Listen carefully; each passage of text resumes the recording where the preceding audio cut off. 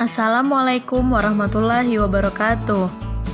Bertemu lagi kita di pembelajaran daring ilmu pengetahuan alam. Pada video pembelajaran kali ini, kita akan membahas mengenai klasifikasi materi dan perubahannya. Adapun yang ingin kita bahas mengenai unsur, senyawa, asam basa, pemisahan campuran, sifat fisika dan kimia, serta perubahannya.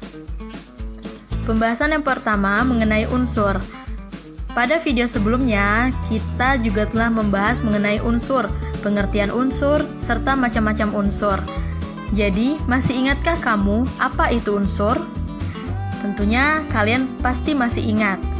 Unsur adalah zat tunggal yang tidak dapat diubah lagi menjadi zat yang lebih sederhana. Tabel beberapa contoh unsur. Berikut ini ada 3 bagian tabel terdiri dari nama Latin, nama Indonesia, serta lambang unsurnya. Untuk nama Latin oksigen memiliki lambang unsur O. Hidrogen juga lambang unsurnya adalah H. Karbon lambang unsurnya C.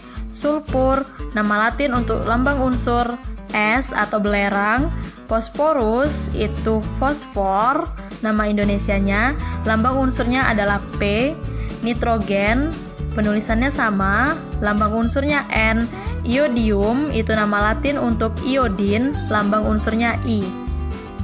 Tabel berikutnya adalah mengenai tabel contoh dari unsur juga. Yang pertama adalah aluminium, lambang unsurnya Al.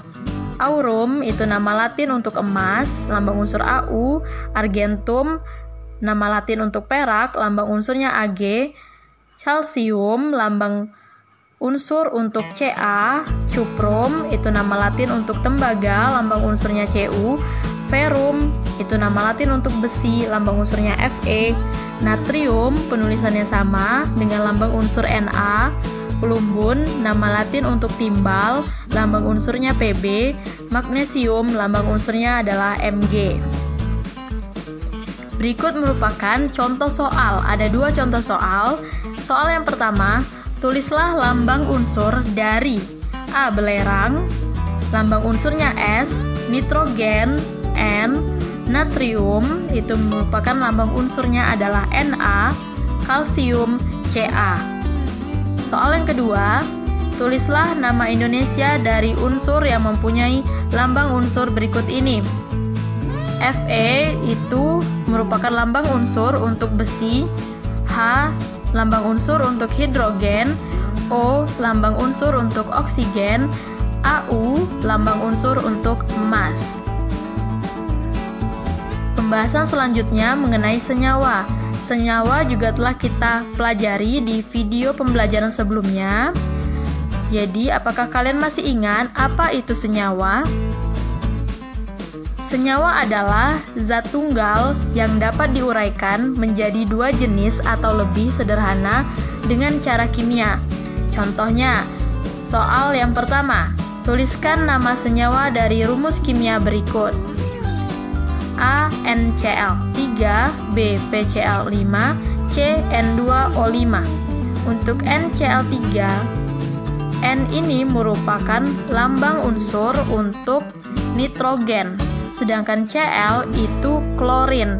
Jadi ditambahkan akhiran ida menjadi klorida. Sedangkan tri ini merupakan awalan Yunani atau aturan angka Latin Yunani untuk angka atau jumlah angka unsur atomnya 3. Sedangkan PCl5, P itu adalah fosfor, Cl tadi klorida ditambah akhiran ida.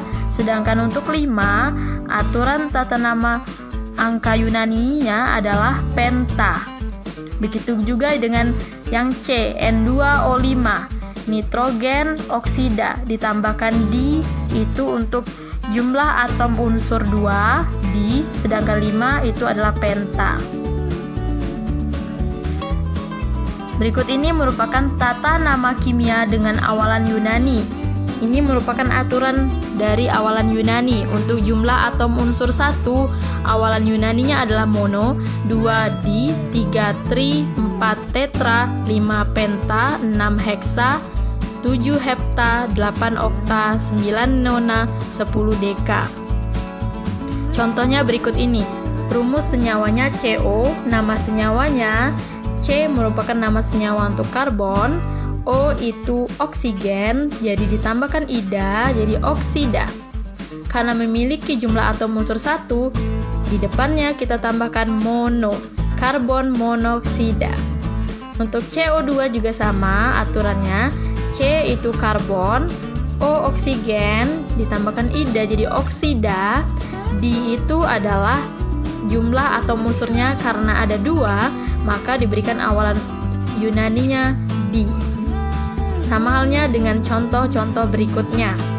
Jadi tata nama senyawa biner ini adalah senyawa yang hanya terbentuk dari 2 macam unsur yang berbeda.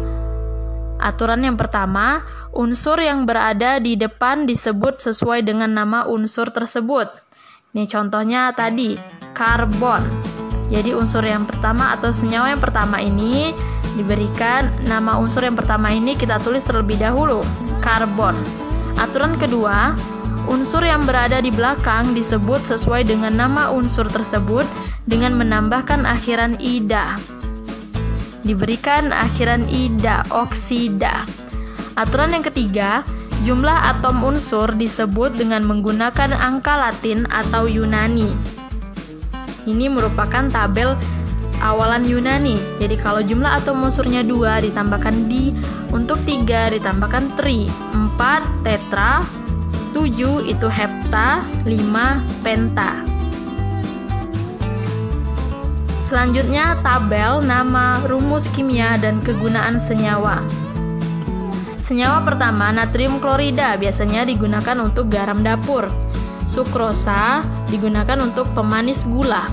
Asam klorida atau rumus kimianya HCl digunakan untuk pembersih lantai. Asam asetat untuk cuka makan. Asam sulfat digunakan untuk pengisi aki. Sedangkan air atau rumus kimianya H2O sebagai pembersih atau pelarut. Urea itu banyak digunakan untuk pupuk. Asam askorbat digunakan untuk vitamin C. Aspirin juga banyak digunakan sebagai obat sakit kepala. Sedangkan soda kue digunakan untuk membuat roti. Berikut merupakan contoh asam dan basa. Kalau pada video pembelajaran sebelumnya kita sudah bahas mengenai ciri-ciri asam dan ciri-ciri basa. Sekarang kita akan melihat contoh basa dan asam. Kita bahas terlebih dahulu mengenai contoh basa. Yang pertama, amonia. Amonia ini memiliki sifat basa lemah. Amonia terdapat pada bahan pemutih dan pembuatan pupuk. Kalsium hidroksida. Dia memiliki sifat basa kuat, terdapat pada obat untuk mengurangi tingkat keasaman tanah. Yang ketiga, kalsium oksida. Memiliki sifat basa kuat, terdapat pada bahan pembuatan semen. Selanjutnya, magnesium hidroksida memiliki sifat basa kuat, terdapat pada tablet mengurangi asam lambung. Jadi di dalam obat emah terdapat magnesium hidroksida. Selanjutnya yang terakhir, natrium hidroksida atau rumus kimianya NaOH memiliki sifat basa kuat, terdapat pada bahan pembuatan sabun. Jadi itu tadi merupakan beberapa contoh dari basa. Sedangkan contoh dari asam, yang pertama adalah asam askorbat, memiliki sifat lemah, terdapat pada buah-buahan. Asam karbonat memiliki sifat asam lemah, terdapat dalam minuman bersoda. Tentunya kalian pernah meminum ini, contohnya Coca-Cola, Sprite, ataupun Fanta. Yang ketiga, asam sitrat memiliki sifat asam lemah, terdapat dalam buah jeruk. Asam etanoat juga merupakan asam lemah, terdapat dalam cuka. Asam laktat terdapat di dalam susu basi, memiliki sifat asam lemah. Asam klorida, dia memiliki sifat kuat, terdapat dalam lambung. Jadi di dalam lambung manusia itu terdapat asam yang namanya asam klorida. Selanjutnya asam nitrat, sifatnya kuat, terdapat dalam bahan pupuk dan peledak. Yang terakhir, asam sulfat. Sifatnya asam kuat, terdapat dalam aki dan bahan pupuk. Pembahasan selanjutnya, kita akan membahas mengenai pemisahan campuran.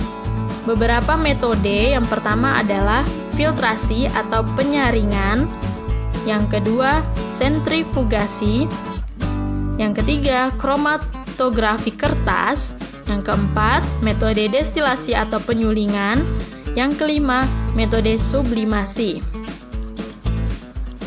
Adapun metode filtrasi atau penyaringan adalah penyaringan dilakukan untuk memisahkan zat dari suatu campuran. Prinsip kerjanya bagaimana? Prinsip kerjanya didasarkan pada perbedaan ukuran partikel zat. Biasanya digunakan untuk memisahkan padatan dari cairan. Berikut ini kita simak gambarnya. Ini merupakan campuran dari air dan pasir yang akan disaring atau dipisah menggunakan corong pemisah atau corong filtrasi dan kertas saring. Nah, campuran ini tadi akan dimasukkan ke dalam corong sehingga menghasilkan hasil dari filtrasi. Sedangkan residunya ini merupakan residu atau sisa yang tidak dapat disaring lagi atau dipisahkan. Metode kedua, sentrifugasi, merupakan metode pemisahan yang digunakan untuk memisahkan padatan yang sangat halus dengan jumlah campuran sedikit. Contoh, memisahkan susu menjadi krim. Metode selanjutnya, kromatografi kertas, memisahkan campuran berdasarkan perbedaan kecepatan perembesan komponen fase tetap dalam fase bergerak. Metode selanjutnya adalah destilasi atau penyulingan. Penyulingan ini digunakan untuk memisahkan suatu zat cair dari campurannya. Contohnya, memisahkan campuran air dan alkohol. Selanjutnya, sublimasi, di mana metode ini biasanya didasarkan pada campuran zat yang memiliki satu zat yang dapat menyublim atau perubahan wujud padat ke wujud gas, sedangkan zat yang lain tidak dapat menyublim. Pembahasan berikutnya kita akan membahas mengenai sifat fisika dan sifat kimia serta perubahannya. Apa kalian tahu apa itu sifat fisika dan sifat kimia? Apakah kedua sifat ini berbeda atau sama? Mari kita bahas yang pertama mengenai sifat fisika. Jadi, sifat fisika di sini adalah sifat yang berkaitan dengan keadaan fisik suatu zat. Jadi, keadaan fisik. Sedangkan sifat kimia adalah sifat zat yang berhubungan dengan mudah atau sulitnya zat tersebut untuk bereaksi secara kimia. Ternyata, fisika atau sifat fisika dan sifat kimia ini memiliki perbedaan perubahannya. Perubahan fisika dan perubahan kimia. Yang pertama, perbedaannya. Untuk perubahan fisika, tidak terbentuk zat baru. Sedangkan perubahan kimia, terbentuk zat baru. Yang kedua, pada perubahan fisika, komposisi materinya tidak berubah. Sedangkan pada perubahan kimia, komposisi materinya sebelum dan sesudah reaksi mengalami perubahan. Perbedaan yang ketiga, tidak terjadi perubahan warna, bau, rasa, dan tidak terbentuk endapan pada perubahan fisika. Sedangkan perubahan kimia ditandai dengan terbentuknya gas, endapan, perubahan suhu, warna, bau, dan rasa. Tabel di samping ini merupakan contoh perubahan materi di alam. Untuk perubahan fisika, yang pertama, beras diubah menjadi tepung beras. Jadi, sesuai yang dijelaskan perbedaannya tadi, bahwa perubahan fisika ini tidak terbentuk zat baru. Jadi, ketika beras diubah menjadi tepung beras, komposisi materinya tidak berubah, tetap materinya adalah beras. Sedangkan perubahan kimia, singkong menjadi tape. Jadi, pada perubahan kimia, komposisi materi sebelum dan sesudah reaksi di sini mengalami perubahan. Contoh kedua, kayu diubah menjadi kursi. Tidak ada perubahan materi juga di sini. Masih mengandung materi kayu atau komposisi materinya adalah kayu. Sedangkan perubahan kimia di sini adalah susu diubah menjadi keju. Contoh ketiga, gula dilarutkan di dalam air. Perubahan kimia contohnya adalah makanan berubah menjadi basi. Jadi kalau perubahan kimia tadi ditandai dengan perubahan warna, bau, ataupun rasa. Jadi kalau makanan berubah menjadi basi, bisa jadi sudah berubah baunya sudah berubah, warnanya sudah berubah, dan rasanya tentunya sudah berubah juga. Sedangkan untuk perubahan fisika, ketika gula dilarutkan di dalam air, maka tidak terjadi perubahan warna, rasa, ataupun baunya. Sedangkan yang keempat, contohnya adalah air berubah menjadi es. Jadi ketika air itu berubah menjadi es, tidak terbentuk zat baru. Karena apa? Karena tetap mengandung komposisi materinya adalah air atau H2O. Sedangkan pada perubahan kimia contohnya adalah besi yang berkarat. Setelah kita pahami, kita perhatikan tadi tabel perbedaan perubahan fisika dan kimia, jadi dapat kita simpulkan apa itu perubahan fisika dan kimia. Ternyata perubahan fisika itu adalah perubahan zat yang tidak disertai dengan terbentuknya zat baru dan komposisi materi juga tidak berubah. Sedangkan perubahan kimia adalah perubahan zat yang dapat menghasilkan zat baru dengan sifat kimia yang berbeda dengan zat asalnya. Jadi, kalau perubahan fisika ini, zat barunya tidak disertai atau tidak terbentuk zat baru dan komposisi materinya tetap. Sedangkan untuk perubahan kimia, dia akan menghasilkan sesuatu zat baru dengan sifat kimia yang berbeda. Terima kasih, sekian dulu pembelajaran kita pada kesempatan kali ini mengenai klasifikasi materi. Tadi kita telah membahas tentang unsur, senyawa, asam basa, pemisahan campuran, sifat fisika dan kimia, ataupun perubahan fisika dan kimianya. Jangan lupa di-subscribe dan like agar video pembelajaran ini menjadi lebih baik lagi. Assalamualaikum warahmatullahi wabarakatuh.